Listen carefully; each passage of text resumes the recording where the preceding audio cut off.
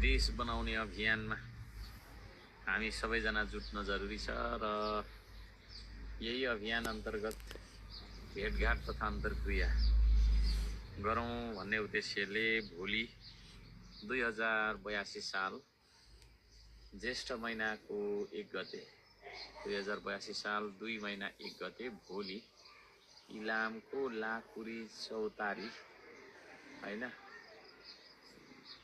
चोक बजार भन्ने ठाउँमा चाहिँ मध्याह्न 12 बजे भेटौँ भन्ने छ है।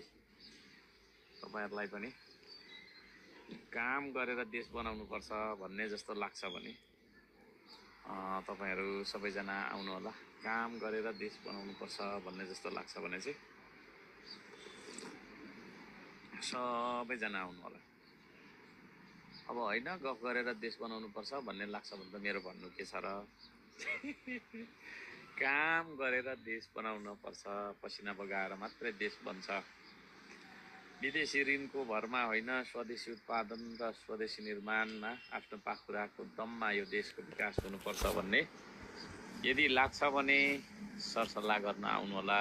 हामी देशैभरि काम गर्ने मान्छेहरूको संगठन निर्माण गरिरहेका छौं र यहाँहरु सम्पूर्णलाई मेरो हार्दिक निम्तो छ।